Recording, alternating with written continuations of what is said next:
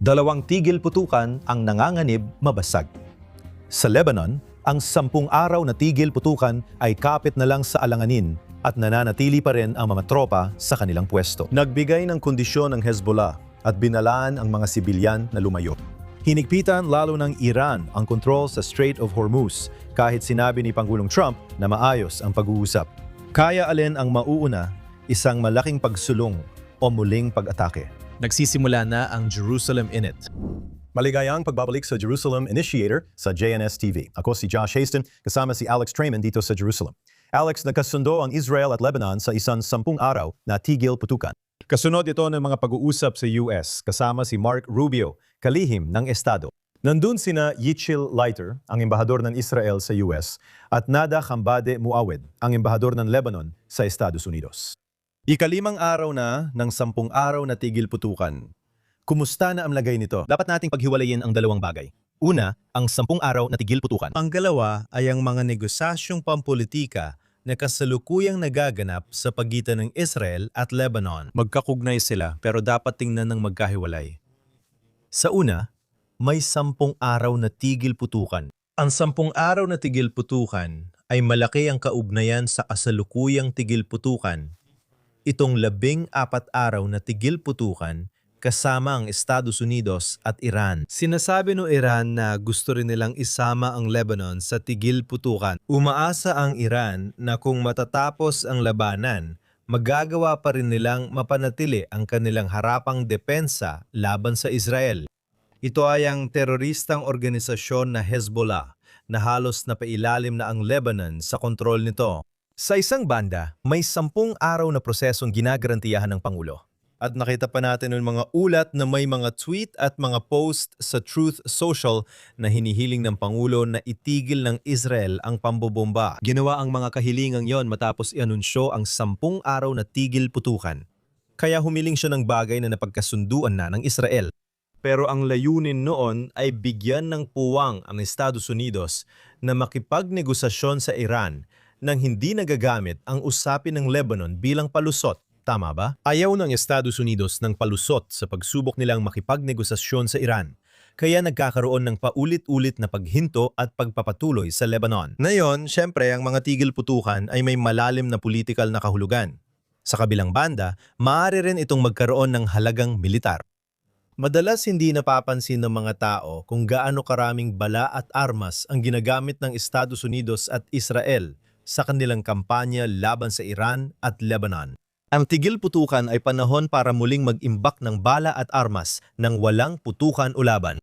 Sa tingin ko, ang mga bayan sa Hilaga at ang natitirang bahagi ng Israel ay komportable na magkaroon ng panahon ng katahimikan matapos ang mahaba-habang panahon, mga 6 na linggo ng tuloy-tuloy na pambobomba.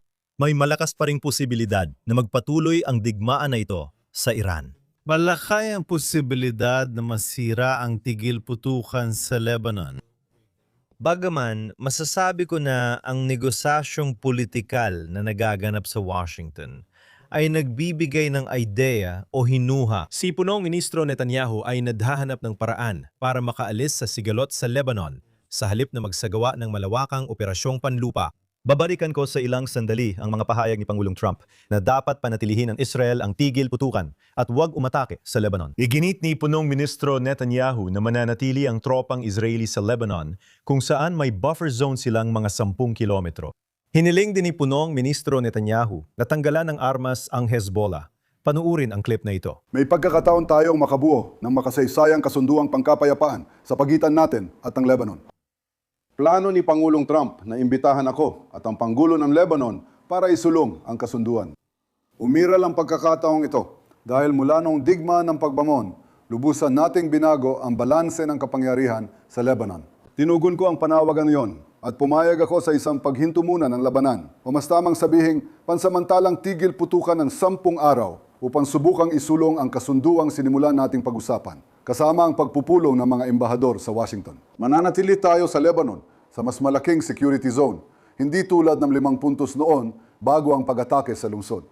Isang security zone ito mula dagat, tumutuloy sa Hardov at paanan ng Hermon hanggang hangganan ng Syria. Isang security zone na may 10 kilometro ang lapad, na ito ay mas matibay mas malakas, mas tuloy-tuloy, at mas solid kaysa sa mayroon tayo dati. Alex, sinabi ni Punong Ministro Netanyahu na hindi na umiiral ang katahimikan kapalit ng katahimikan. Hindi na ganoon ngayon. Nananatili pa rin ang tropang Israeli sa Lebanon. Tama. Kung iisipin mo kung ano ang mga layunin ng Israel sa kanilang mga operasyon sa Lebanon, narinig mo ang maraming usapan mula sa militar, mula sa mga lider sa Hilaga hanggang sa iba pang mga lider ng politika. Sinasabi na ang layunin ng Israel ay dapat kunin ang lahat ng lupa sa pagitan ng hangganan ng Israel at ng Ilog Latani. Ngayon, nagawa na yon ng Israel. Nakuha na nila ang lahat ng lupa. Bukod pa rito, winasak nila ang karamihan ng bahay sa pagitan ng hangganan ng Israel at Ilog Latani na lumika ng malaking buffer zone. Pinag-uusapan natin dito sa ilang pagkakataon, 10 kilometro at sa iba pa, mas malayo pa roon, halos nagkakaroon na ng bagong hangganan sa pagitan ng Israel at Lebanon. Ang Israel ay naglalayong panatilihin ang zone na yon na halos pinatag na nila bilang isang pinalawak na buffer zone. Noong huling beses na lumika ng tigil putukan ng Israel noong Nobyembre 2024 kasama ang Lebanon, nagkasundo silang panatilihin ang 5 estratehikong punto sa Timog Lebanon upang maiwasan ang muling pag-armas ng Hezbollah sa Timog Lebanon. Ngayon, anong nakita natin? Mayroon silang 5 estratehikong punto, pero patuloy pa rin ang paggalaw ng armas at kagamitan ng Hezbollah papuntang Timog Lebanon. Ang ginawa ni Netanyahu dito ay sinabi niya, hindi ganyan ang sitwasyon. Ang sitwasyon ay kontrolado ng IDF ang lahat ng teritoryo sa likod ng tinatawag niyang dilaw na linya. At katulad ito ng terminolohiyang ginagamit sa Gaza, kung saan ang linya ng paghiwalay sa pagitan ng lugar na kontrolado ng Hamas, 47% ng Gaza ang kontrolado ng Hamas at ang 53% ng Gaza na kontrolado ng Israel ay tinutukoy ng isang dilaw na linya. Ngayon, may isa pang dilaw na linya sa Timog Lebanon na nagpapakitang hindi aalis ang Israel doon sa malapit na hinaharap. At hindi pinag-uusapan ng Israel ang pag-alis sa lugar na yon sa malapit na hinaharap. Kaya ngayon, hawak na nila ang lupang yon. Tingnan mo ang ginawa ng Hezbollah. Lumipat sila pahilaga. Kinailangan nilang lumipat pahilaga dahil alam nila na ang layunin ng Israel ay kunin hanggang sa Ilog Latani. At sa maraming pagkakataon, sila ay nakatago sa mga bayan tulad ng Beersheba at sa mga lungsod tulad ng Beirut. At sa tingin ko, hindi malamang na basta na lang hahaluhugin ng Israel ang buong Beirut at susubukang hanapin ng Hezbollah. Sa napakasiksik na urbanong kapaligiran na ito, sa isang bansang dapat ay may sariling soberanya. Alex, gusto kong balikan ang sinabi ni Pangulong Trump na natanggap namin bago ang Shabbat nitong Biyernes dito sa Israel. Ipinagbabawal sa Israel ang pambobomba sa mga posisyon ng Hezbollah sa Lebanon. May mga hindi pa kumpirmadong ulat sa social media na binawi niya ng kaunti at sinabing pwedeng gumanti ang Israel kung umatake ang Hezbollah. Hindi ko ito mapatunayan. Ano ang masasabi mo rito? Yamang hayagan itong sinabi. Sinabing Panggulo ng Estados Unidos sa kanyang Truth Social na bawal sa Israel ang umatake sa Hezbollah. Una, ang mga komentong ito ay ginawa matapos ang kasunduan ng inanunsong tigil putukan sa pagitan ng Lebanon at Israel. Kaya hindi naman sinasabi ni Trump na bigla na lang dapat tumigil ang Israel sa gitna ng pambobomba. Hindi na sila pinapayag ang magbomba pa. Pumayag ang Israel sa tigil putukan, tapos naglabas ng matinding pahayag si Pangulong Trump. Sa tingin ko, ipinapakita niya sa mga Iranian na kaya niyang pigilan ang Israel. Para sa Israel, okay lang yon. Parang sinasabi nila, pigilan mo ako, handa na akong kumilos. Sabi ni Trump, pinipigilan niya sila pero 10 araw lang. May tigil putukan lang ng 10 araw. Sa tingin ko, malaki ang posibilidad na mapalawig ang tigil putukan sa Lebanon, pero ayon kina Trump at Israel, 10 araw lang talaga ito. Ngayon, sinabi rin ng Israel na may karapatan silang umatake kung makakakita sila ng galaw ng mga terorista o kung may nalalapit na banta. May ilang opisyal ng US na tila salungat kay Pangulong Trump na nagsasabing oo sa katunayan. Ganito ang mga kondisyon ng tigil putukan. Kung ang Hezbollah ay gumagawa ng mga hakbang na pakiramdam ng Israel ay lumalabag sa kanilang seguridad o depensa, aatake sila sa mga ganitong pagkakataon. Ngunit ang hindi gagawin ng Israel ay ang maglunsad ng isang malawakang opensibang kampanya ng himpapawid, tulad ng nakita natin bago magsimula ang tigil putukan. Noong umatake ang Israel sa mahigit 170 target sa loob ng 10 minuto ito, na ang pinakamalaking kampanya ng himpapawid sa ganoong kaikling panahon na sa tingin ko ay kanilang inilunsad. Sabi ni Trump, hindi na pwedeng gawin yon ng Israel. Kapag lumapit ang Hezbollah sa hangganan, tiyak na aatake ang Israel para sa kanilang seguridad at interes. May tigil putukan tayo ngayon, Alex, pero sabi ng pinuno ng isang munisipalidad sa Hilagang Hangganan, hindi ito dapat mangyari. Tinawag niya itong hatol sa kamatayan na naghihintay ng masakir. May ganoon kang pahayag. 2 sundalong Israeli ang napatay. Isa inanunsyo, ilang minuto lang ang nakalipas, at isa pa noong weekend. Si Warrant Officer Barack Calfon, 40 taong gulang ay sundalo ng Paratrooper Brigade. Kahit may tigil putukan, 2 pa ring sundalo ang napatay. Sinabi nila na 2 sundalo ang napatay nung weekend, malamang ay sumabog sa isang mina na inilagay para sa tigil putukan.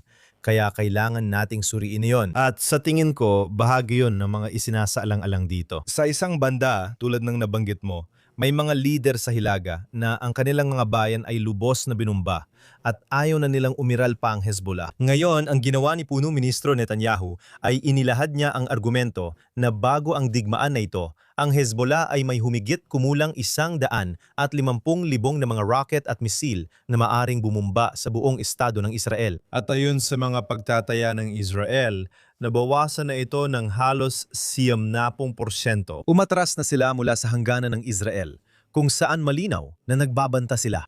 Maaring tumawid ng mga teroristang Radwan at magsagawa ng pag-ataking gaya ng nangyari noong 7 ng Oktubre sa hilagang komunidad na ito. Ngayon, wala na sila malapit sa hangganan ng Lebanon at Israel. At ang mga lokal na baryong ito na nasa timog Lebanon, pumapasok ang IDF sa mga bahay na ito at natuklasan nila na halos bawat bahay ay ginagamit bilang imbakan Para sa mga assault rifle, RPG at mga anti-tank missile. Kaya naman pinatag ng Israel ang mga bahay na yon. Kaya wala na ngayon ng banta na maaring magkaroon ng mga anti-tank missile, RPG at direktang pag-atake papunta mismo sa mga bayan na ito mula sa malapit sa hangganan. sa ngayon, hindi papasok ang Israel sa Beirut at magsisimulang magbahay-bahay. Iba ang sitwasyon dito kumpara sa Gaza Strip. Sa Gaza, kontrolado ng Hamas ang buong strip, isang teroristang grupo. Sa Lebanon, dapat itong manatiling isang soberanong bansa. Ngayon, ang soberanya na yon ay nilabag na pailalim sa Hezbollah. Bahagi ng pamahalaan ang Hezbollah, ngunit hindi sila ang buong estruktura. Hindi miyembro ng Hezbollah ang presidente ng Lebanon. Walang koneksyon sa Hezbollah ang punong ministro ng Lebanon. Sa katunayan, ang Lebanon ay isang bansa na halos nahahati sa tig-iisang katlo, mga Kristiyano, Sunni at Shiite. Ngayon, ang mga Shiite ay sumusuporta sa Hezbollah. Ang mga Sunni ay hindi sumusuporta sa Hezbollah. At ang mga Kristiyano ay malamang na hindi sumusuporta sa mga Sunni o sa mga Shiite sa loob ng Lebanon. Kaya gusto ng bansang ito na mapaalis ang Hezbollah. Ang bansa ay desperadong gustong alisin ang Hezbollah sa politika. Ayaw nila na maging puwersang militar ang Hezbollah sa Lebanon dahil ano ang idinudulot niyan. Nagbabantay ito sa seguridad nila dahil kapag inatake nila ang Israel, gagantihan ng Israel ang Lebanon. At ngayon, meron ka ring tanong tungkol sa usapan ng tigil putukan kung saan idinedeklara ng Israel ang tigil putukan sa Lebanon. Pero ang Lebanon bilang isang entidad ay hindi naman umaatake sa Israel. Hezbollah bilang entidad ang umaatake sa Israel. Ngunit hindi naman ito kasali. Sa tigil putukan, Alex, yan ang tanong. Sa 20 taong nakalipas na bigo, o ayaw ng gobyerno ng Lebanon na tanggalan ng armas ang Hezbollah? Sa palagay mo ba, sa bagong sitwasyong ito, kung saan direkta na nakikipag-usap ang Israel sa Lebanon? Ang tigil putukan ay hindi permanente. Pero sa tingin mo ba nagbago ang pananaw ng gobyerno ng Lebanon? Gagawin na kaya nila ang aksyon laban sa Hezbollah matapos ang 20 taon mula sa pagtatapos ng ikalawawang digmaang Lebanon? Noon pa dapat nila hinarap ang Hezbollah, ngunit hindi pa ito nagagawa. Malinaw namang hindi kayang alisin ng gobyerno ng Lebanon ang Hezbollah, di ba? Gusto nila sila lang ang may sandatahang lakas. Ayaw nilang harapin ng mas malakas na Hezbollah kaysa sa kanilang hukbo. Pero wala silang kakayahan para gawin yon. Ngayon narinig natin ang mga pahayag ni Pangulong Ayun na nagsasabing nilalabag ng Israel ang kanilang soberanya dahil sa mga pag-atake doon. Pero sa totoo lang, malaking pabor ang ginagawa ng Israel para sa Lebanon sa pamamagitan ng pagpapahina sa Hezbollah, sa paglikha ng mga kondisyon kung saan pwedeng makipag-usap ang gobyerno ng Lebanon sa Israel. Sa huli, malaking pabor ang ginagawa ng Israel para sa Lebanon at binibigyan ng pagkakataon ang mga dating namumunong Kristiyano. Dating pinamunuan ng mga Kristiyano ang lugar tulad ng ibang bahagi ng gitnang silangan. Binibigyan sila ng pagkakataong itama ang direksyon ng kanilang bansa. Naniniwala ako na may makasaysayang pagkakataon para sa kapayapaan dito. Ito rin ang magiging ikatlong formal na kasunduang pangkapayapaan ng Israel sa isang bansang katabi nito. May kasunduan ng Israel sa Jordan na nilagdaan noong 1,973 o 74. Meron din silang kasunduan na nilagdaan kasama ang Ehipto noong, sa tingin ko, 70. At ngayon, nakikita natin ang posibilidad ng isang kasunduan sa Lebanon. At mayroon ding posibilidad ng kasunduan sa Syria. Maaring dumating ang panahon na magkakaroon ng kasunduan ng Israel sa lahat ng 4 nitong kapitbahay. May kasunduan na ang Israel at Palestinian Authority na tinatawag na Azo Agreement. Kaya lahat ng mga taong nagsasabing ang Israel ay isang bansang mahilig sa giyera, ang totoo ay hinahangad ng Israel ang kapayapaan. Ngunit ginagawa nila ito sa pamamagitan ng pagsugpo sa mga teroristang organisasyon na nagbabanta sa kapayapaang yon. Sa mga nakaraang araw, Alex, nakita ko online na may Kristiyano mula Lebanon at iba pang lugar na nagpapasalamat sa Israel sa mga pag-atake ng Israel roon laban sa Hezbollah. Gaya na nakita natin na maraming Iranian ang nagpunta sa social media at nagprotesta na sumusuporta sa panig ng Israel. Kaya siguro nakikita rin natin yan na yon sa Lebanon. At ngayon, may mga pag-uusap na nagaganap sa pagitan ng ambassador ng Israel sa Estados Unidos, si Yechiel Leiter, pati na rin ang ambassador ng Lebanon sa Estados Unidos. At sinabi ni Leiter na sa tingin niya ay maaaring abuti ng 2 hanggang 3 buwan bago makamit ang isang formal na kasunduan na magsasama ng pagkilala sa mga hangganan at iba pang mga issue. Sa tingin niya, may pangunahing balangkas na ang Lebanon at Israel para sa mga dapat pag-usapan. Kailangan pang ayusin ang mga detalye. Kaya sa tingin ko, malaki ang posibilidad na itutuloy ni Punong Ministro Netanyahu ang pangmatagalang kapayapaan sa Lebanon at susubukang tapusin na ang kabanatang ito ng digmaan. Pero ang doktrina ng militar ng Israel ay hindi na katulad ng dati bago ang 7 ng Oktubre. Hindi na tatakbo ang Israel na parang talunan gaya ng dati noong umatras sila mula sa Lebanon noong dekada 80, pati na rin noong umatras sila mula sa Lebanon noong 2006. Sa palagay ko, magpapatuloy ang Israel sa malakas na presensyang pansiguridad sa Timog Lebanon ng matagal. Pero maari pa ring magkaroon ng pagkakataon para sa isang malaking kasunduan na magiging panalo para kay Punong Ministro Netanyahu at kay Pangulong Trump. At sa tingin ko makakabuti rin ito sa hinaharap para sa Lebanon. Alex, matatapos na ang tigil putukan sa Lebanon ngayong Huwebes, pero magtatapos na sa Miyerkules ang 2 linggong kasunduan ng Israel, Iran at Estados Unidos sa tigil putukan. Sa nakalipas na 24-48 oras, nagpasya ang Iran na muli nilang isasara ang Strait of Hormuz. Narinig ko ang audio clip na sinasabing inatake ng Iran ang ilang barkong mula India na dumadaan sa Strait of Hormuz. Mas maaga ngayong linggo, sinabi ng US na haharangan nila ang lahat ng trapikong pandagat mula Iran, kaya may kaunting girian doon. Gusto kong mapakinggan ang clip ni Pangulong Trump na nagsabing naging tuso ang Tehran itong weekend sa pagharang sa Strait of Hormuz. Medyo naging tuso sila tulad ng ginagawa nila sa loob ng 47 taon. Gusto nilang isara ulit ang strait gaya ng dati. Hindi nila kami kayang i-blackmail. 47 taon silang nakalusot sa masasamang gawain pero hindi na ngayon. Sige, narinig niyo si Pangulong Trump na nagsabi sa magaan at banayad na paraan na medyo nagiging tuso ang Iran. May tigil putukan hanggang Miyerkules, ngunit pabago-bago ang desisyon ng Pangulo. Pag-uusapan natin ang magkahalong mensahe niya nitong nakaraang ilang araw, gaya ng sinabing maayos ang usapan nila ng mga Iranian. Gaya ng sabi ni Pangulong Trump, posible ang pagbabalik sa digmaan. Ganito ang sitwasyon na yon matapos harangin ng Iran ang kipot kamakailan. Sige, himayin natin ito. Una sa lahat, makikita mo ang tuloy-tuloy na panlilinlang ni Trump at ng media na laging layunin ay iligaw ang lahat, lalo na ang media.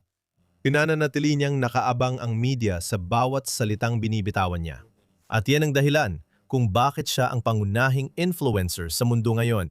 Alam mo, sa isang banda, sinasabi niya, alam mo, 2 linggo nang nakalipas, babumbahin ko kayo ng todo at ibabalik ko kayo sa madilim na panahon. Ngayon naman, sabi niya, naging tuso raw sila sa pagharang sa Hormuz. Ngayon, nang harangin ng Iran ang Hormuz, yung mga tao na hindi sumusuporta sa digmaan ay biglang nagsasabi na hindi alam ni Pangulong Trump na haharangan nila ang Hormuz. Niloko ang mga Iranian ang Pangulo ng Estados Unidos dito.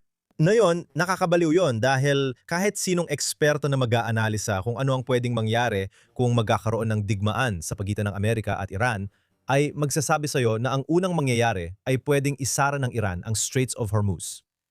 Ngayon, sabi ng Pangulo, sige, gusto ninyong i-blockade ang Straits of Hormuz o maglalagay ako ng pagkubkob pandagat sa Straits of Hormuz. At ang ginagawa nun ay pinipigilan ang mga barko ng Iran na magdala ng langis mula sa loob ng Iran at i-export ito sa mga kaalyado ng Iran gaya ng China, Rusya at iba pa kahit saan nila gustong ipadala ang langis. Kaya ngayon, ipinagbabawal na ni Trump ang anumang pag-export at pag-import, kaya hinaharangan niya ang mismong pagharang. Makikita mo ang mga tao na nagsasabing nalampasan na ni Trump ang mga Iranian, na pagplanuhan na lahat ng senaryong ito. May 2 sinabi si Pangulong Trump na dapat mangyari. Sige, gawin nating 3. Una, ang pangakong hindi itutuloy ang paggawa ng sandatang nuklear. Pangalawa ay ang uranium na napayaman na sa loob ng Iran na gusto ng Estados Unidos na makuha o magkaroon ng access. Hindi kailangang gamitan ng puwersa para dito. Maaring gawin yon ng mahinahon, sabihin na natin. Kailangan itong gawin ng maingat at may pag-iingat. Ito ay radioactive na material at maraming mahirap na. Kagamitan na kailangang ipasok doon upang buwagin ang pinagyamang uranium na ito. Kailangan itong i-freeze, tunawin, kunin at sirain doon. Maraming paraan para gawin ito. Ang pangatlo ay pagbubukas ng Straits of Hormuz. Sa tingin ko, kung hindi mo makikita ang progreso sa pagbubukas ng Straits of Hormuz at ang kagustuhan ng Iran na isuko ang kanilang nuclear program at ballistic missiles, maaring bumalik ang labanan dito. Ngayon, may iba rin na nagsasabi niyan at kung babalikan natin ang insidente ng pag-atake sa barkong Indian. Ayon sa recording, sinabi nila, sabi niyo pwede kaming dumaan pero ngayon binabaril niyo kami. Hindi sana kami dumaan kung di niyo sinabi. Umatras na lang sana kami. Babalik kami kahit anong gusto niyo. Pero pinadaan niyo kami tapos ngayon binabaril niyo kami. Kaya may ilang tao na nagsasabi na yung mga nakikipagnegosasyon ay wala talagang kontrol sa kipot. Isa ito sa mga naisip at nasabi ko noong nakaraang linggo na pumasok ka sa tigil putukan sa ganitong panahon para malaman kung may kontrol talaga ang kausap mo. Kaya may mga palatandaan dito na ang natitira sa IRGC ay lubhang watak-watak na. Magandang senyalasyon. Kung mais mo ng pagbabago ng rehimen sa Iran, gusto mong makita na walang iisang konsolidadong mekanismo ng kontrol. Kung makikikita mong may iba't ibang paksyon na kumikilos ng magkakahiwalay, ibig sabihin nito ay mas kaunti ang katatagan, mas kaunti ang kontrol, at maaring magbigay ng mas maraming oportunidad para tuluyang buwagin ang natitirang bahagi ng rehimen. Balikan ko ang issue ng enriched uranium. Sabi ng Pangulo, posible ang US at Iran ay sabay pupunta sa ilalim ng mga bundok na tinamaan ng US. Mukhang may napakalalim na enriched uranium sa ilalim ng mga bundok na ito. Ayon sa Pangulo, posible raw nakasama ang Iran. Pupuntahan ng 2 bansa ang enriched uranium at kukunin ito ng US. Panuorin natin ang clip. May nagsabi, paano natin makukuha ang nuclear dust? Makukuha natin ito sa pamamagitan ng pagpasok kasama ang Iran at maraming escort. Gagawin natin ito kasama ang Iran. Ibabalik natin ito sa US. Sa tingin mo ba posible ang ganung senaryo? Maiisip mo ba na magsasama ang militar ng US at militar ng Iran pagkatapos ng lahat na nangyari, sabay na papasok at kukunin ang uranium? Sa tingin ko, kung may kasunduan ang Estados Unidos at Iran, ito ang isa sa mga hinihingi. At malinaw naman, gusto ng Estados Unidos na pumasok ng mapayapa at alisin ang uranium kaysa pumasok gamit ang dahas para alisin ito. Kaya alam mo, ipinapakita lang nito na marami pang hakbang na kailangan gawin dito bago tuluyang maresolba ang buong sitwasyon, walang biro. Kasama dyan ang pagbubukas ng mga kipot. Kasama rin dyan ang pagkuha ng uranium. Para sa Israel, gusto nilang makita ang tuluyang pagbuwag ng rehimen, samantalang hindi ito kailanman sinabi ng Estados Unidos bilang layunin nila. Siyempre, inaprubahan nila ang pag-atake ng Israel kay kataas-taasang pinuno Ali Khamenei at ilang iba pang miyembro ng pamahalaang Iranian, kabilang si Ali Larijani, mga pinuno ng IRGC at iba pa. Parang sinuportahan nila ang layunin ng Israel na palitan ang rehimen, pero hindi nila ito ginawang layunin nila. Para sa Estados Unidos, matalino yon. Kapag nabigo kang palitan ang rehimen, pwede mong sabihing, hindi naman yon ang layunin namin, kundi ng Israel. Narinig mo si David Barney, hepe ng Mossad, na may plano ang Israel na lalo pang pahinain ang rehimen.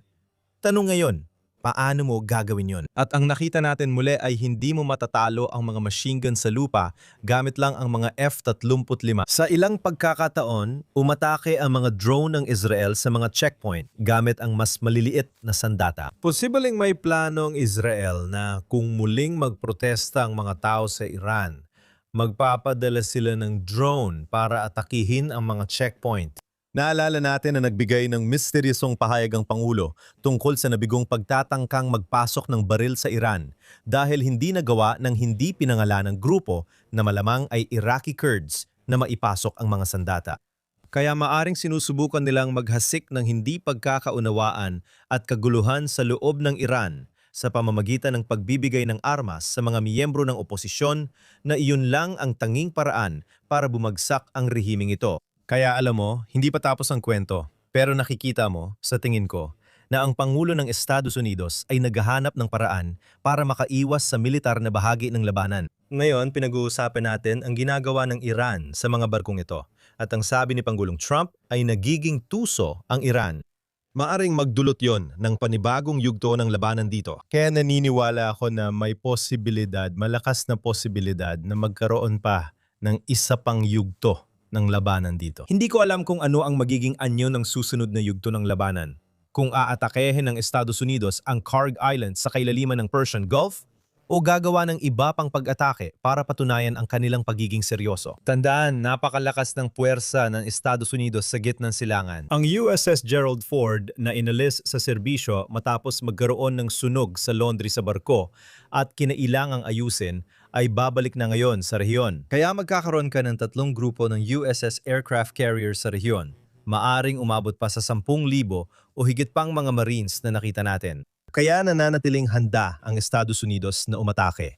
Maaring may bagong pag-atake, pero tingin ko ay papunta na tayo sa estratehiyang pagpapakalma ng tensyon. Maaring kailangan mong itaas pa ng isang beses ang tensyon bago tuluyang mapababa ang tensyon. Kaya Alex, tulad ng sabi mo, parte ito ng panlilinlang ni Pangulong Trump. Gusto kong makita ng mga tao yon. Narito ang clip ni Pangulong Trump na sinasabing maaring muling bumagsak ang mga bomba. Panurin natin ito. Kung walang kasunduan pagdating ng Miyerkules matapos ang tigil putukan, palalawig ba niyo ito o magsisimula ng umatake? Baka hindi ko ito palawigin pero tuloy ang blockade. Pero baka hindi ko ito palawigin kaya may blockade at kailangan na naman naming magbagsak ng mga bomba. Narinig niyo ang clip mula kay Pangulong Trump. Ngayon, tatalakayin natin ang sinabi niya nitong linggo tungkol sa kagustuhan ng Iran sa kasunduan. Masasabi ko na tinawagan kami ng kabilang panig at gustong-gusto talaga nilang makipagkasundo. Sinabi mong tungkol ito sa nuklear. Tungkol ito sa nuklear, halos pareho. Oo, magaling. Siguro nakikinig ka. Ang totoo, hindi sila magkakaroon ng sandatang nuklear. Iran, tandaan mo yan. Hindi magkakaroon ng sandatang nuklear ang Iran. Sa tingin ko, papayag sila doon. Halos sigurado ako doon. Sa katunayan, sigurado ako doon. Kung hindi sila papayag, walang kasunduan. Hindi kailanman magkakaroon ng kasunduan. Kaya Alex, iyan si Pangulong Trump na kamakailan ay nagsabing maaring muling magsimula ang pambobomba. Mas maaga ngayong linggo, narinig mo si Pangulong Trump na nagsabing maaring palawigin ang tigil putukan o baka hindi na kailangan dahil posibleng matapos na ang digmaan. Tandaan mo, may dalawa tayong kamakailang kaso kung saan pumasok ang Pangulo sa negosasyon kasama ang Iran. Yung una, nagtapos sa pag-atake ng Israel noong Hunyo. Iyon ang 12 araw na digmaan Operation Rising Lion na sinundan at tinapos ng Operation Midnight Hammer ng United States at pambubomba sa reaktor nuklear ng Ford pati na rin sa Natanz. Nagkaroon kayo ng negosasyon mga 7 linggo na ang nakalipas kung saan sinabi lang Pangulo na may 10 araw ang mga Iranian para makipagkasundo at hindi sila nagkasundo. Pagkatapos, inilunsad ng United States ang Operation Epic Fury. Sabi ng Pangulo, may 14 na araw ang mga Iranian. Nakita natin si J.D. Vance, Vice-Presidente ng United States na nagpunta sa Pakistan para makipagnegosasyon pero bumalik siyang bigo. Sa tingin ko, malamang hindi palawigin ng Pangulo ang tigil putukan. Maliban na lang kung may matinding dahilan o nararamdaman niya ang kailangan. Kailangan mo lang ng ilang araw pa para makamit ang kasunduan. Sa tingin ko, malaki ang posibilidad na kailangan ipakita ng Pangulo na handa siyang muling simulan ang labanan. Ngayon, sa tingin ko, dahil sa iba't ibang dahilan na nabanggit natin, gusto ng Pangulo na makaalis na sa bahaging militar ng sigalot na ito. Sa tingin ko, simula pa lang, inakala niyang aabot lang ito ng 4 hanggang 6 na linggo. Hindi lang sa oras limitado ang kampanya ng himpapawid sa Iran. May mga layunin itong dapat makamit at matatapos ito agad kapag natamo na ang mga iyon. Kung mas matagal makamit ang mga layunin, maaari rin itong tumagal. Kasabay nito dito, kundi sineseryoso ng Iran ang Pangulo, tanging paraan ni punong ministro Netanyahu para makipagnegosasyon ay habang may putukan. Kaya marahil ang konseptong ito ng paghinto para makamit ang kasunduan ay hindi talaga ang tamang pamamaraan. Ang tanging paraan para mapasunod mo talaga ang mga tao at gawin ang gusto mo ay habang may putukan. Kaya kapag sinabi niyang gustong-gusto ng Iran ang kasunduan, o gustong-gusto nila ng kasunduan, noong binubugbog sila. Sa sandaling tumigil ka, binibigyan mo talaga ng mas malaking kalamangan ang mga Iranian dahil umaasa silang ayaw mo nang makipaglaban muli. Alex, pag-usapan natin sandali ang ugnayan ng US at Israel. Alam mo, paulit-ulit nating binigyang diin sa buong panahong ito ng digmaan na walang pagkakaiba sa pagitan ng dalawang bansa. Pinuri ni Pangulong Trump ang Israel nitong weekend, tinawag itong matapang, matatag at tapat. Ayon sa CENTCOM sa US, Israel ang pinakamagaling nilang kakampi sa laban na ito. Panuorin natin ang clip. Walang mas mahusay na kakampi kundi ang Israel. Sama-sama, ang 4 na pinakamahusay na Air Force sa mundo, ang Israeli Air Force, US Air Force, at ang Air Forces ng US Navy at US Marine Corps ay paulit-ulit na naabot at nalampasan ang sarili nating mga layunin sa militar. 2 beses akong nakipagkita sa nakalipas na 2 linggo sa punong tagapagtanggol ng Israel para tiyaking magkaalyado pa rin tayo. At ganun nga. Alex, narinig mo ang matinding papuri mula sa pinakamataas na antas ng pamahalaan at militar ng US para sa Israel. Si Brad Cooper na namumuno sa CENTCOM, general na namumuno sa CENTCOM, ay isang napakagaling na kaalyado ng Estado ng Israel. Talagang kahanga-hanga siya. Ang kanyang nauna, si Korea, ay kahanga-hanga rin. At ang CENTCOM talaga ang higit na nagpapahalaga sa ambag ng Israel sa Estados Unidos dahil sila ang nagpoproseso ng mga intelihensya na ipinapasa ng Israel. Tingnan mo ang nangyayari sa Europa ngayon. Paulit-ulit na ipinapakita ng Pangulo kung gaano siya naiinis siya sa mga Europeo. Hindi pa nga pinapayagan ng Estados Unidos na gamitin ang mga Air Force Base na sila mismo ang nagbabayad sa mga bansang gaya ng Espanya at iba pa. Nakita mo na nag-atubili ang UK bago payagan ng US. Na gamitin ang Diego Garcia at iba pang mga airbase. At makikikita mo na talagang ginagawa ng Israel ang sinasabi nila. Napansin ito ni Brad Cooper. Sa palagay ko, kinikilala ng Pangulo ng Estados Unidos na kahit ayaw o gusto ng mga tao ang Israel, napatunayan itong malaki itong kaalyado ng Amerika. At naalala ko na ito ay isang bagay na paulit-ulit na sinabi ng dating embahador ng Israel sa Estados Unidos, Ron Dermer. Sinabi niya, maniwala man ang iba o hindi, mananatili ang Israel. Sa susunod na dekada, matagal na niyang sinasabi na magiging pinakamahalagang kaalyado ng Estados Unidos ang Israel.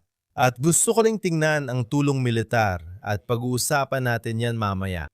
Pero alam mo, maraming tao ang nagrereklamo tungkol sa tulong militar na ibinibigay ng Estados Unidos sa Israel sa loob ng maraming taon. Tingnan mo ang nagawa ng Israel sa tulong na yan. Ang Estados Unidos ay nagbibigay ng bilyon-bilyong dolyar sa ibang mga bansa na hindi naman napapabuti ang kanilang ekonomiya at estratehikong posisyon gamit ang mga pondong yon. Dito, ang Israel, tumanggap sila ng pera mula sa Estados Unidos para sa tulong militar.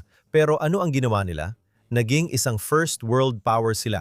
At kapag sinabi ng Estados Unidos na magpunta tayo sa digmaan, may gawin tayo, ang Israel ay nandoon, lumalaban na magkasama, balikat sa balikat. Makikita mong binabati ng Pangulo ang Israel sa kanilang tapang isugal ang mga piloto at kagamitan para gawin ang kinakailangan. Hindi hinahayaan ng Israel na ang Estados Unidos lang ang gumawa ng mabibigat na gawain. Nagsisikap din ang Israel. Malaking kaalyado rin si Brad Cooper ng Israel at kinikilala niya ito. Usap tayo tungkol sa tulong, lalo na sa armas para sa Israel. Tinanggihan ng Senado ng US ang panukalang harangin ang bentahan ng mabibigat na armas sa Israel. Sabi ng marami, ang malaking balita rito ay record na 40 demokratikong senador ang sumuporta sa pagpapatigil ng bentahan ng armas sa Israel kahit naharang ito.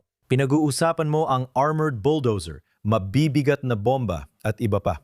Ano ang masasabi mo sa katotohanang may 40 demokratikong senador ngayon na gustong itigil ang ilang tulong sa Israel? Well, hindi ito tulong sa Israel. Hindi natin pinag-uusapan ang pagbibigay ng armas bilang tulong sa Israel. Pinag-uusapan natin ang pagbebenta ng armas. Kaya ibang-iba yon, di ba? May debat dito, lalo na matapos patunayan ng Israel ang lakas nito. Maaari mong sabihing hindi na kailangan ng Israel ng tulong militar. Hindi nila kailangan ng 3.8 bilyong dolyar na manggagaling sa kaban ng US papunta sa Israel. Ngayon, sa totoo lang, lahat ng 8 bilyon sa 3.8 bilyong dolyar na yon ay ginagastos sa Estados Unidos para sa mga kagamitang Amerikano. Kagamitan, napakahalagang punto. Kaya ito ay isang direktang subsidya sa mga kumpanyang pangdepensa ng US. Kahit hindi kailangan ng Israel ang subsidya, kailangan pa rin nilang bumili mula sa Estados Unidos. Sige, hayaan natin ang Israel na gamitin ang pera nila at bumili ng armas sa Estados Unidos. May 40 senador na demokratiko dito. At tandaan mo na ang Partido Demokratiko, sila ang matagal nang kilala bilang pro-Israel na partido. Maraming Amerikanong Hudyo ang liberal at tinitingnan ang mga demokratiko bilang matatag na taga-suporta ng Israel. Lagi nilang inisip na ang mga Republikano ay hindi kailanman magiging tapat na taga-suporta ng Israel. At kung paano nagbago ang ihip ng hangin kahit na nakikita na natin ngayon na parang bumabalik na naman ito. 40 sa mga senador ang nagsasabing hindi dapat ibenta ang kagamitang militar sa Israel. At kapag pinag-uusapan mo kung ano mga kagamitang militar, na yon, ilan dito ay mabibigat na bomba. Sige, pinag-uusapan natin ang 12,000 mabibigat na bomba na tumitimbang ng 450 kilo bawat isa. Pero pinag-uusapan din natin ang pagbebenta ng D-Sham bulldozer. Sinasabi mong ginamit ang mga bulldozer sa Gaza para sirain ang mga bahay. Kaya hindi tayo magbebenta. Hindi natin papayagan ng Israel na bumili ng mga bulldozer mula sa Estados Unidos. Sige, kaya nakakatakot yon. At ang nakikita mo ay nakita natin si Jake Sullivan. Hindi ko alam kung meron tayong clip niyan na sinasabi niyang tama ang naging desisyon ng 40 demokratang senador.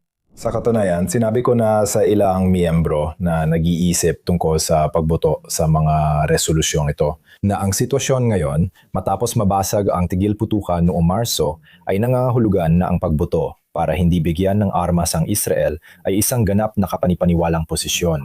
Iyan ang posisyon susuportahan ko.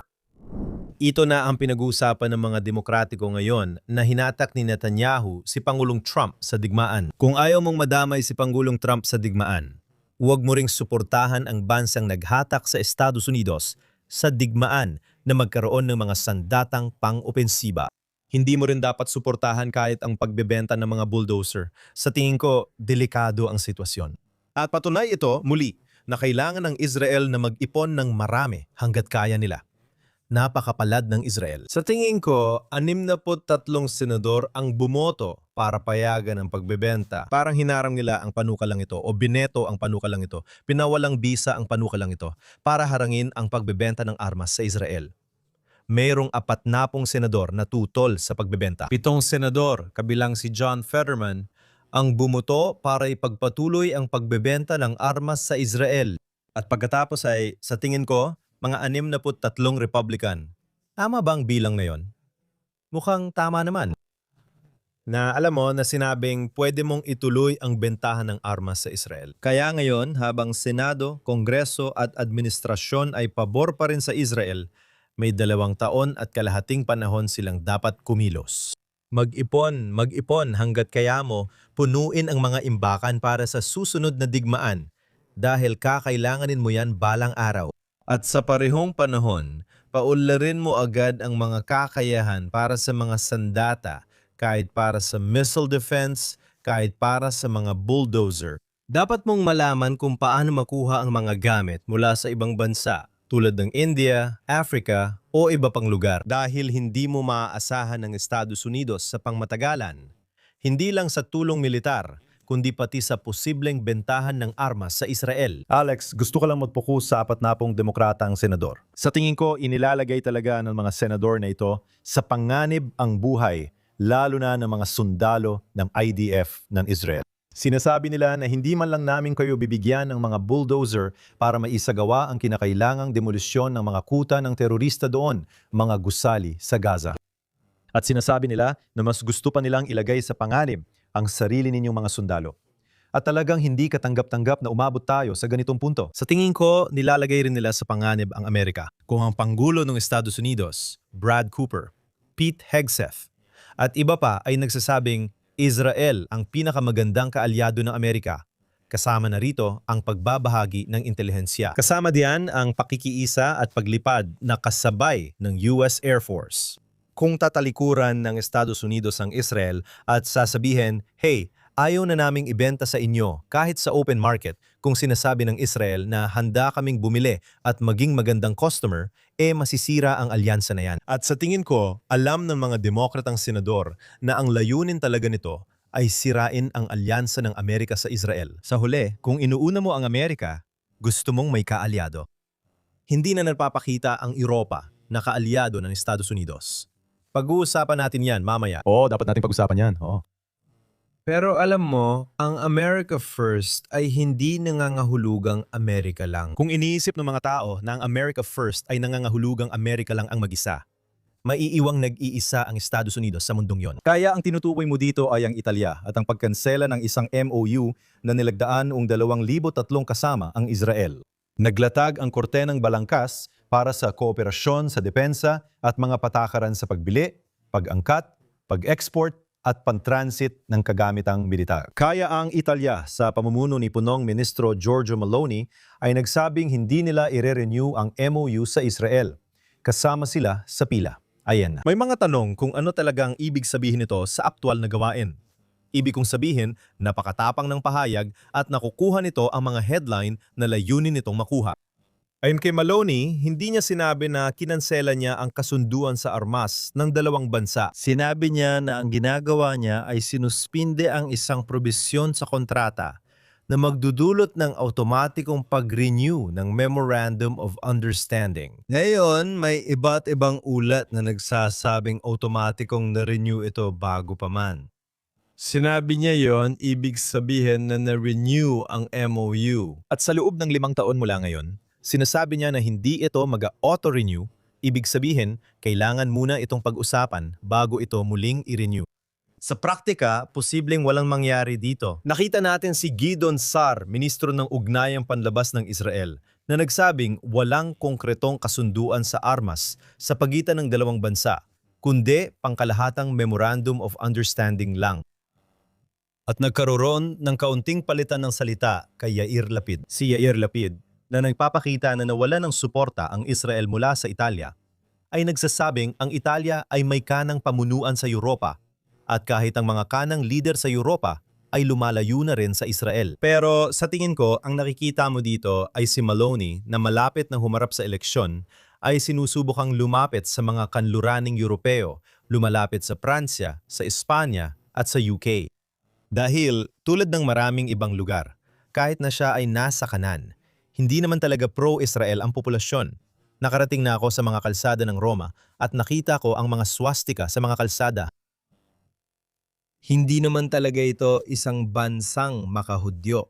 Kaya ngayon, si Maloney ay parang bumabalik at nagpapakita ng pagbabago. Kahit na may pahayag sila, kahit hindi ito masyadong detalyado, hindi siya magiging uri ng kaalyado na gusto ng Israel na magkaroon sa Italia. Tuloy tayo sa Europa Alex, habang nagle-record tayo nung nakaraang linggo, nagka-eleksyon sa Hungary at natalo si Viktor Orban, ang kasalukuyang leader. Pinag-uusapan natin ang pinakamalakas na kaalyado ng Israel sa Europa.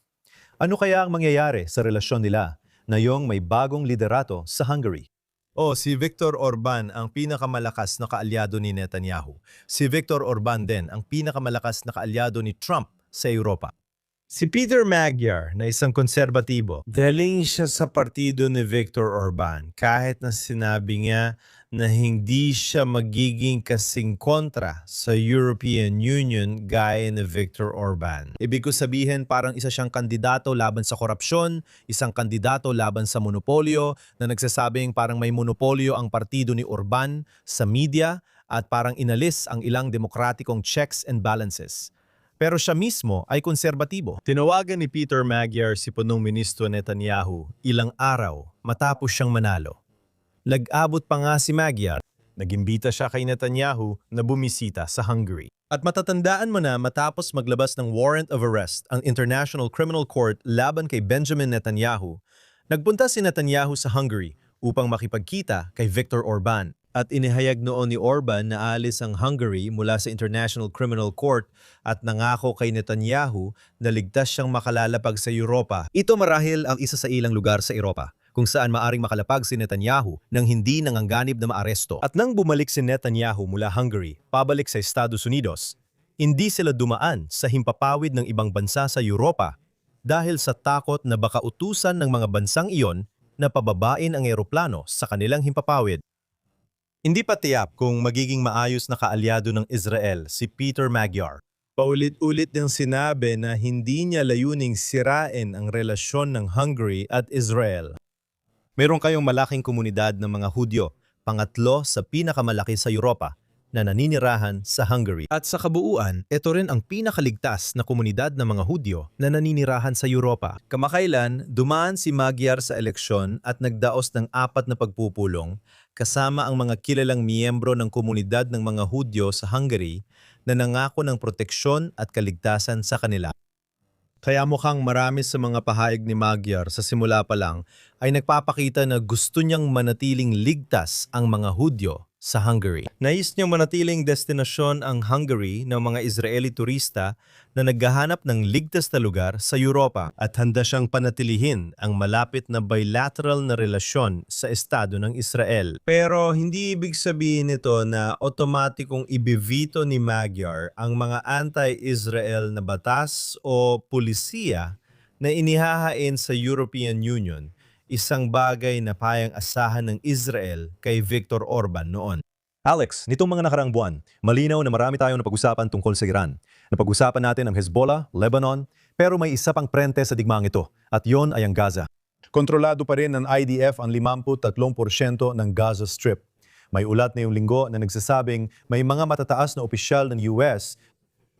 Sumali ang mga opisyal sa direktang pag-uusap sa Hamas sa Cairo, pinangunahan ng US ni Arya Lightstone, pangunahing tagapayo ni Ambassador David Freeman noong nasa Israel pa si Freeman.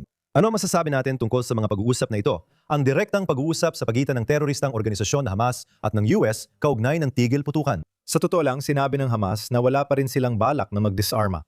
Isang bagay na madalas nating pinag-uusapan habang dumadaan tayo sa mga yugto ng kasunduan sa tigil putukan. Nakakatuwang mapansin na hindi sina Steve Witkoff at Jared Kushner ang nakikipagnegosasyon sa Hamas. Si Arya Lightstone ito na kilalang-kilala natin sa Israel.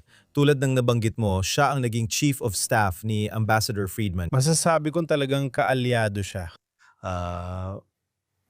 Sa mga pananaw ni David Friedman tungkol sa Israel. Kaibigan siya. Sa tingin ko, maganda ang relasyon niya kay punong ministro Netanyahu. Maaring mas pinagkakatiwalaan pa ni Netanyahu si Lightstone sa puntong ito kaysa kina Witkoff o Kushner. Ito ang mga bagay na kailangang isaalang-alang. Pero pinagaan ni Witkoff ang bahaging yon ng negosasyon. Ang malinaw ay hindi pa nabubuo ang International Stabilization Force. Ipinipilit ng Hamas na mapanatili nila ang kanilang mga armas. Hindi sila pumapayag na mag-disarma. Makikita mo na kung walang pag-disarma, walang magiging muling pantatayo sa Gaza Strip na siyang hinihingi ng Israel. Hindi lang dapat ma-demilitarisa ang Gaza, kundi mawala rin ang radikalisasyon doon. Sa ngayon, wala tayong nakikitang senyales ng ganoon. At naroon ang Hamas at ang mga tao sa Gaza na nagdurusa sa sakunang, sila rin ang may gawa dahil sa pag-atake noong Oktubre 7 at sa kanilang pagkabigong tupa rin ang kanilang mga obligasyon sa ilalim ng 20 puntong tigil putukan. Kaya, ano ang nakikita mo? Nakikita mong patuloy na hinahawakan ng Israel ang 53% ng Gaza Strip. Sa ngayon, wala tayo nakikitang palatandaan na magbabago ang kasalukuyang kalagayan. Ano kaya ang maaaring mangyari kung mangyari ito? At ganito ang naging takbo ng digmaan, okay? Madaming beses nang inutusan ni Netanyahu ang tropa na pumasok sa isang lugar. Tapos, biglang pinatitigil para lumipat sa iba. Kaya maaaring nasa sitwasyon ka ngayon kung saan natatapos na o malapit nang matapos ang digmaan sa Iran. Ang prente sa Lebanon ay nasa tigil putukan na ngayon at may direktang pag-uusap para marahil sa isang pangmatagalang kasunduan sa pagitan ng Israel at Lebanon. Maaaring makita mo ngayon na muling bumabalik ang IDF sa prente sa Gaza at haharapin ang Hamas gamit ang mga sundalong panlupa. At muli, gaya ng sinabi natin dati, hindi mo talaga kayang sirain ang mga machine gun gamit ang F-35. Kaya maaaring makita mo na kailangang pumasok ang IDF at magsagawa ng operasyong panlupa kung saan kailangan nilang makipagbarilan sa mga operatiba ng Hamas. Ngayon, may malakas na dahilan para wag itong gawin. Hayaan mong magpagalagala ang Hamas. Siguro, may 10,000, 20,000 na mga machine gun kung gusto nilang takutin ang populasyon ng Gaza. Hangat hindi sila nagdudulot ng direktang banta sa mga sibilyan sa Israel na hindi naman nila ginagawa, hayaan na lang na ganun. Gumawa ng sitwasyon kung saan ang mga tao sa Gaza mismo ang hihiling na umalis sa Gaza dahil hindi ka nagpapadala ng pera at mabibigat na kagamitan para sa muling pagtatayo ng lugar hanggat militarisado pa rin ang Hamas. Kaya sa huli, ang gusto mo talaga ay makita ang mga taga-Gaza na ayaw mamuhay sa ilalim ng pamumuno ng Hamas na magmakaawa na umalis o kaya'y mag-alsa para subukang palitan ang mga operatiba ng Hamas. Bakit kailangang isugal ng Israel ang buhay ng mga sundalo nito ng matagal? Lalo na kung uulitin lang nila ang pagpapadala ng tropa sa Gaza at alam na ang maaaring mangyari. Magkakaroon ng malaking internasyonal na paninira sa Israel at pagtatanggal ng lehitimasyon sa Israel. Kaya maaaring ang pagpapanatili ng kasalukuyang kalagayan sa Gaza ang pinakamainam na senaryo. Patuloy naming i-update ang manonood tungkol dyan. Alex, tatapusin natin ang palabas ngayong linggo sa ilang positibong balita. Si Javier Milei, ang presidente ng Argentina, ay nakatagdang dumating sa Israel mamaya na yung araw. Narito tayo ngayong linggo. At napakaganda ng enerhiya, positibong relasyon na mayroon ang Israel kay Milei. Pinag-uusapan ang pagbubukas ng embahada ng Argentina sa ating kabisera, Jerusalem. Pinag-uusapan din ang posibilidad ng direktang biyahe ng El Al mula Tel Aviv hanggang Buenos Aires. Nasa Channel 14 si Milei nitong weekend, pinag-uusapan ang kakaibang relasyon at suporta sa Israel at mga Hudyo. Totoong kaibigan siya, masaya na kasama natin siya sa programa. Nagkaroon si Milei ng isang napakagandang panayam kasama ang kaibigan natin sa Channel 14, si Libya Alon, na siyang correspondent nila sa Washington. Si Milei, alam mo, ito na ang pakalawang beses niyang pumunta sa Israel. Mula nang matanggap din niya ang Genesis Foundation Prize. Sa tingin ko, mahigit 1 taon na ang nakalipas. Ano nakita natin? Ngayong linggo, sinabi ni Pangulong Trump na ang Israel ay, ayon sa kanya, isang mahusay na kaalyado. Sa mismong 48 oras, bago nagsimula ang digmaan mga 7 linggo na ang nakalipas, dumating si Punong Ministro Narendra Modi ng India sa Israel. Sa palagay ko, posibleng maging isa sa pinakamahalagang kaalyado ng Israel ang India. Ngayon, narito si Javier Milei sa Israel sa gitna ng tigil putukan. Delikadong panahon para bumisita, di ba? Maari muling sumiklab ang labanan-laban sa Iran. Maari ring mangyari sa Lebanon. Pero sabi ni Javier Milei, hindi. Pupunta pa rin ako. At pupunta siya para tumanggap ng parangal mula sa Pangulo ng Israel. Sa tingin ko, tatanggap siya ng Presidential Medal of Honor. Magsisindi siya ng sulo sa seremonya ng Araw ng Kalayaan ng Israel. Kaya alam mo, may ilang makapangyarihang kaalyado talaga ang Israel sa mundo. Kahit yung mga bansa na masasabi kong nasa self-destruct mode tulad ng mga nasa kanlurang Europa. Ang Democratic Party at iba pa ay lumalayo na sa Israel, mga bansang umaangat na ngayon. Noon, bagsak ang Argentina. Kaya wala talagang ibang direksyon na pwede nilang puntahan, alam mo, sa ilalim ni Milei. Sa tingin ko, kundi pataas. Ibig kong sabihin, malamang hindi naman yun totoo. Pwede pa silang bumaba, pero si Milei ay sinusubukang ibalik ang Argentina sa kagalang-galang na estado.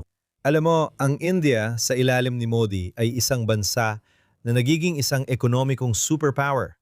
At si Pangulong Trump, alam mo, ay sinusubukan niyang palakasin ang superpower status ng Estados Unidos. May malalakas na kaalyado ang Israel at nakakatuwang makita ito. At sa tingin ko, nararapat lang na magkaroon ng ganitong uri ng diplomatikong pagbisita ang mga Israeli, lalo na yung papalapit na ang Yom HaZikaron, ang araw ng pag-alala ng Israel at ang araw ng kalayaan ng Israel ngayong linggo. Kaya Alex, maganda kung maimbitahan natin ang presidente ng Argentina sa JNS TV Studios. Sinabi ko rin gusto kong doon magtapos. Pero kailangan din nating banggitin na ngayong linggo sa Israel ay Yom HaZikaron. Araw ng paggunita, kasunod ang Yom Ha'atzmaut, araw ng kalayaan. Napakamakapangyarihan at emosyonal ang linggong ito. Walang kapantay saan man sa mundo, mula sa pinakamababang punto hanggang sa pinakamataas. Heto ang ilang estadistika. Sa kasamaang palad, mula pa noong mga unang bahagi ng dekada 40, 25,600 at 44 na sundalo ang nag-alay ng kanilang buhay, ibinigay ang sukdulang sakripisyo doon. Kasama sa bilang na yan ang mga biktima ng terorismo. Sa nakaraang taon lamang, 170 sundalo ng IDF ang napatay sa labanan at 79 katao ang napatay sa mga pag-atake ng terorista. Isang emosyonal at nakakabaliw na linggo sa Israel. Mahirap ipaliwanag sa di pa nakakaranas ng araw ng paggunita at kalayaan. Oo, syempre una sa lahat, naging parang roller coaster talagang mga nangyari nitong nakaraang 2 taon. At kalahati mula nung 7 ng Oktubre. Maraming alitan at pagkabahala. Kaya dahil ito ay isang hukbong bayan. Ito ay isang sibilyang hukbo kung saan tinatawag ang mga tao bilang reserba, kung saan may mga anak na lalaki, asawa, kapatid na lalaki at babae na nagsisilbi sa hukbo. Laging may takot kapag nagpapadala ng mahal sa buhay sa laban. At kailangang matuto ng mabuhay kasama ito. At nakita natin na 170 ang napatay nitong nakaraang taon. Marami pang iba ang nasugatan at minsan, seryoso ang mga pinsalang ito kahit na tinatawag silang katamtaman. Ang katamtamang tinsala ay napakaseryoso. Minsan ay nagbabago ng buhay. Meron kang daan-daan kung hindi man libu-libong mga naputulan ng bahagi ng katawan at iba pa na nagdusa dahil sa pakikidigma sa digmaang ito. At dito sa Israel, meron tayong natatanging pagkakahanay ng araw ng paggunita at araw ng kalayaan na magkasunod, agad na sumusunod ang isa pagkatapos ng isa.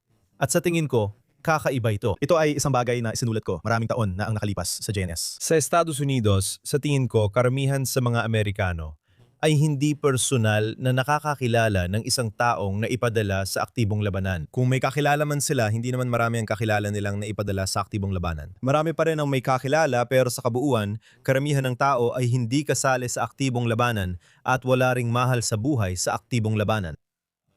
At ang Memorial Day sa Estados Unidos, syempre may mga parada ng mga veterano ng digmaan at iba pa. At may mga seremonya sa mga bayan. Pero masasabi ko ulit, para sa karamihan ng mga Amerikano na hindi sumasali sa mga seremonyang ito, ano ang Memorial Day? Ang Memorial Day, isang araw ng pamimili na may malalaking sale. Bumili ng 2, may libreng isa. Isa itong araw kung saan may baseball. Tama, Memorial Day weekend na, Indianapolis 500 weekend din. Kaya 3 araw na weekend ito. Unang beses sa New Jersey. Napupunta ang mga tao sa Jersey Shore, sa beach. Ibig sabihin, 3 araw na weekend ito. At dito sa Israel, kinikilala namin na ang aming kalayaan ay binayaran ng dugo ng aming mga mahal sa buhay at ng aming mga sundalo. At bawat tao sa bansang ito, walang ni isang tao na nakatira dito na hindi nakakakilala. Habang nagsasalita tayo ngayon, ng maraming tao na nasa aktibong labanan.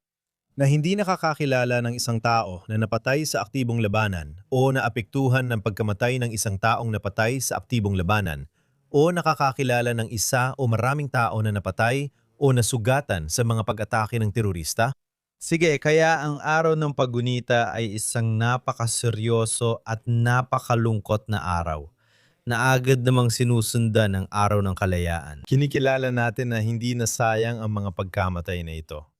At na ang mga ito ay naging kabayaran para makamit ang soberanya ng Israel. At sa kasamaang palad, kailangan pa rin nating bayaran ng ating kalayaan gamit ang buhay ng mga sundalo. Dahil patuloy pa rin tayong may mga kaaway sa labas ng ating mga hangganan at maging sa loob ng ating mga hangganan, tulad ng sa paligid at sa loob ng ating mga hangganan. At sa tingin ko, lahat ng mga Israeli ay umaasa sa araw na masasabi nating wala ni isang sundalong namatay sa aktibong labanan mula sa 1 taon hanggang sa susunod.